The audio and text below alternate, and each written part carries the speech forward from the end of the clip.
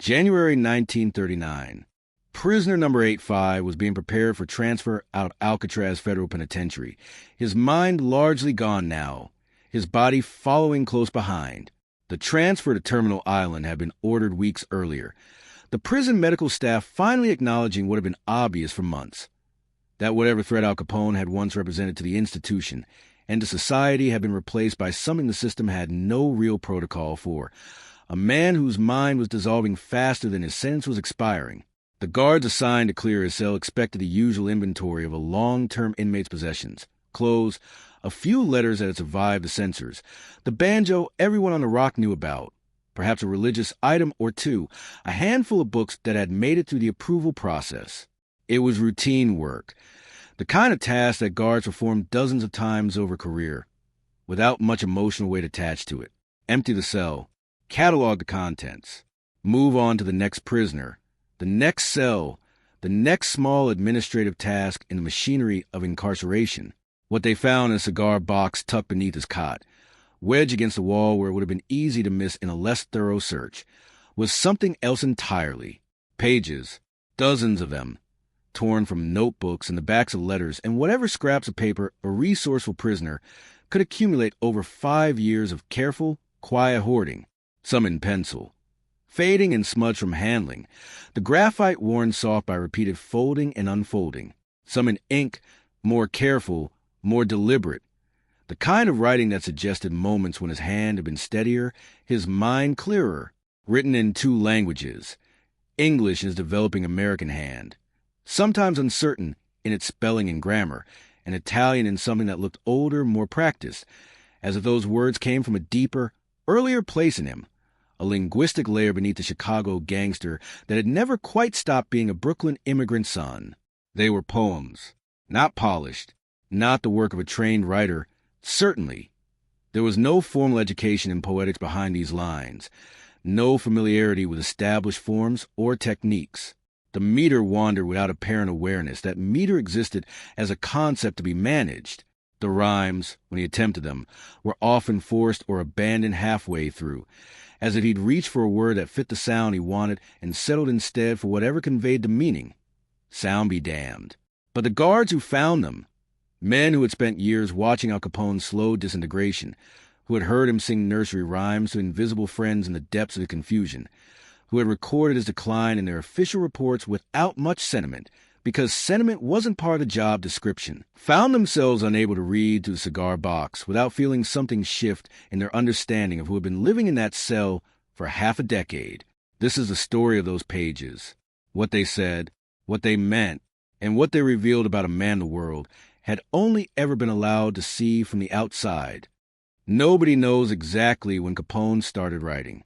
The banjo had been part of his life since Brooklyn, well documented, a known feature of his personality even before prison. The poems were different. There was no record of Al Capone writing anything beyond business correspondence and the occasional letter before Alcatraz. No one who had known him in Chicago remembered him reading poetry, let alone writing it. It seemed to emerge from the prison years specifically, as if something about the particular isolation of the rock had opened a channel that had never been accessed before. The earliest pages, based on the deterioration of the handwriting and the paper quality, appear to date from 1935 or 1936, roughly the same period when the Rock Islanders were at their peak, when Capone's mind was still largely intact, and his days had structure. Rehearsals, yard time, the banjo, and apparently in private, this other practice that he never told anyone about. Guard Robert Baker, whose journal had already documented so much of Capone's Alcatraz years, wasn't present for the discovery of the cigar box. He'd been transferred to a different post by 1939, but he later spoke to colleagues who had been there, and he recorded their accounts in his own papers, preserving secondhand what he hadn't witnessed directly. They said it was strange, Baker wrote, summarizing what he'd been told.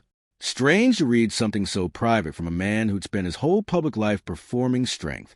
The poems weren't about Chicago, mostly, weren't about the old days, the power, the things you'd expect a man like that to be nostalgic for. They were about smaller things. Time, family, the particular quality of light, through a cell window. Things you wouldn't expect Al Capone to notice, let alone write down. The earliest poems in the cigar box were the most coherent, written when Capone's mind was still functioning at something close to full capacity, before the disease had begun its serious assault on his cognitive processes. One, dated by handwriting analysis to roughly 1935, was written in Italian. A rough translation, made later by someone who reviewed the pages, rendered it something like this: "The window faces east, and I have learned its hours, better than I ever learned the hours of my own life outside. 6 o'clock. The light is gray and thin. 7. It finds the wall and climbs it slowly. By 8 it has forgotten me entirely, and moved on to someone else's morning. I used to measure days by what they earned me. Now I measure them by where the light falls. This is either a great diminishment, or the first true thing I have noticed in 20 years. I have not decided which." The poem was unsigned, undated except by the paper's condition, but its placement near the bottom of the cigar box suggested it was among the earliest. The voice in it was recognizably reflective in a way that contrasted sharply with everything the public record showed about Al Capone, the confident operator, the charismatic boss, the man who filled rooms with his presence and his certainty. Here was someone watching light move across a wall and wondering what that meant about the life he'd lived. Other poems were less polished, more fragmentary. Single lines or partial stanzas that seemed to capture a thought before it dissolved, written in a kind of hurried hand that suggested urgency, the need to get something down before it disappeared. One fragment, in English, read simply, "I built a house of other people's fear, and called it a kingdom. Now the kingdom is gone, and I am still afraid. Just not the things I used to be afraid of." Another, written what handwriting analysis suggested was later, perhaps 1937, when the neurosyphilis had progressed further, showed the strain of a mind that was beginning to lose its grip on coherent expression. "Sonny, the word for water in Italian is acqua, and I used to know more words than this, more than just the word for water. My mind is becoming the word for water and not much more. I am trying to remember what I wanted to tell you before The fragment ended there. Whatever Capone had wanted to tell his son was lost somewhere between the pen and the page, swallowed by the same disease that was swallowing everything else. But the poem that affected the guards most, the one that Baker's colleagues mentioned specifically, the one that seemed to crystallize something about the entire discovery, was found near the top of the cigar box, suggesting it was among the more recent additions, written sometime in 1938, closer to the end of Capone's time on the Rock. It was addressed explicitly to Sonny, written in English, in a hand that showed clear signs of the motor difficulties the disease was causing, letters that wandered, lines that didn't quite stay straight, the physical evidence of man fighting his own deteriorating coordination to get words onto a page. The poem read, "There are things a father is supposed to say, and I have never said most of them. I told you to study, to be good, to mind your mother. I never told you that I am sorry for the bodyguards at your school, for the name you carry like a stone in your pocket, for whatever this disease has already taken, that you haven't told me you've noticed. I am writing this because I do not know if I will remember to say it when you visit next, and I do not know how many visits are left, and there is a particular kind of fear in watching your own mind become a room, with the furniture slowly removed. You did not choose this name. I gave it to you the way I gave you everything else you didn't ask for, the money, the danger, the shadow, the deafness, maybe, though I have never. Let myself finish that thought. If I forget your face before I die, know that some part of me, underneath the forgetting, will still be trying to remember. That is the truest thing I can tell you, while I still have words enough to tell it. Your father, who is sorry, who was never able to say it any other way than this." The discovery of the cigar box created a quiet dilemma for the prison administration. Officially, prisoner correspondence and personal effects were subject to review, but these were not letters intended for anyone. They were private writings, never sent, never shown to another living person as far as anyone could determine. They existed in a strange category, too personal to simply file as evidence of anything, too significant to dismiss as irrelevant scraps. The warden at the time made a decision, according to accounts later recorded by staff who discussed it, to forward a cigar box to make Capone rather than destroying the contents or filing them in some institutional archive. It was perhaps the most humane decision available, recognizing that whatever these pages were, they belonged to the family more than they belonged to the prison system. May received the box sometime after Capone's transfer to Terminal Island. What she did with it, what she felt reading her husband's private attempts to say things he'd never managed to say aloud, was never publicly documented. She was, as she had been throughout the marriage, intensely private about the interior life of their family. But those close to her in later years mentioned, occasionally, in passing, that she kept a small box of papers that she would sometimes take out and read, alone, in the evenings. She never explained what was in it. She never showed it to interviewers or biographers who came asking about her famous husband. She kept it the way she kept so much else about their life together, close, protected, unavailable to a public that had only ever wanted the parts of Al Capone that confirmed what they already believed about him. What do we make of poems like these, written by a man who ordered killings, who built an empire on violence and intimidation, who spent decades being exactly the kind of person the poems seem to be apologizing for having been? There's a temptation to read them as a kind of redemption narrative, the hardened criminal revealed, in his final private moments, to have a soul capable of tenderness and regret all along, as if the poems retroactively soften everything that came before them. That reading is appealing, emotionally satisfying in the way redemption arcs always are, but it's also too simple, too convenient, too eager to resolve a contradiction that probably shouldn't be resolved at all. The more honest reading is messier, less comfortable, and ultimately more true to how human beings actually function. Al Capone was the man who built the empire and the man who wrote the poems. Both were real. Neither erased the other. Neither explained the other away.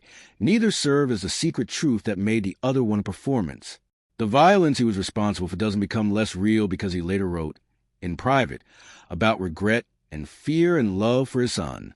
The deaths he ordered don't become forgivable because the man who ordered them also lay awake at night, worried about his son's deafness. And the poems don't become less genuine, less moving, less worth taking seriously simply because they were written by a man who had done terrible things to other human beings. This is, perhaps, the most human thing about the discovery. Not that it reveals Capone was secretly good all along, a misunderstood soul whose true nature was tenderness, but that it reveals he was exactly as complicated as anyone capable of violence and tenderness simultaneously, capable of building an empire on fear, and also capable of lying awake worried about whether his son's deafness was his fault, capable of ordering deaths in cold calculation, and also capable of watching light move across a cell wall at 6 a.m. and wondering, with genuine uncertainty, what 20 years of his life had actually amounted to. We want our monsters to be simple. We want them to be pure villainy, untroubled by doubt or tenderness, so that hating them requires no complicated feelings. Al Capone, like most real people who do terrible things, refused to be that simple. He was a father who loved his son, and also a man whose choices may have contributed to that son's deafness. He was a husband who maintained genuine devotion to his wife, and also a man whose criminal life put that wife through decades of fear and uncertainty. He built things and destroyed things, sometimes in the same gesture, and at the end, in a cigar box under a cot, he left behind evidence that he knew this about himself, that some part of him had been watching his own contradictions the whole time, unable to resolve them. Finally tried to say so in verses that nobody asked him to write, and that he never expected anyone to read. The poems don't redeem him. They don't need to, and they shouldn't be asked to perform that function. They simply show that underneath the legend, underneath Scarface, underneath Public Enemy #1, underneath every newspaper headline that ever ran his name in connection with violence and excess, there was a person, afraid, regretful, trying. In the only private language he had left once his empire and his health and his public self had all been stripped away, to say things to his son that he'd never learned how to say out loud. The cigar box, as far as anyone knows, still exists somewhere, passed down through family channels, perhaps, or lost to time the way so many private things eventually are. The poems themselves were never published in full. Fragments have appeared over the decades in various accounts of Capone's life, secondhand and uncertain. The kind of historical detail that exists in the margins of more dramatic stories about violence and power. But for the guard who found them in 1939, Clearing a cell that held the most famous prisoner in American history, the discovery left a mark that outlasted their careers. Men who had processed hundreds of inmates, who had seen every kind of human deterioration Alcatraz could produce, found themselves changed by reading the private thoughts of man they'd been trained to see only as a threat to be managed. One of them, according to Baker's second-hand account, sat in the empty cell for a long time after reading the poem to Sonny, just holding the cigar box, not quite sure what to do with what he now knew about the man who'd occupied that cell for 5 years. It made him human, the guard reportedly said, which was the last thing any of us expected, and somehow the hardest thing to process. Al Capone built an empire that the world remembers in headlines and history books: violence, wealth, power, downfall. But in a cigar box under a cot in Alcatraz, in pages he never intended anyone to read, he left behind something the headlines never captured: the sound of a man trying, in the only way left available to him, to say the things he'd never said. He never got to give Sonny that poem. Whether Sonny ever read it, whether May eventually shared those pages with her son, whether some echo of "I am sorry" ever reached the person it was written for, remains, like so much else about this story, something history simply didn't preserve. But the words exist. They were written.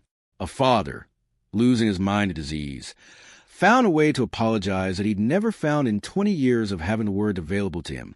Sometimes the truest things we say are the ones we never manage to say out loud. Al Capone wrote his apology down instead. It was the closest he ever came to actually saying it.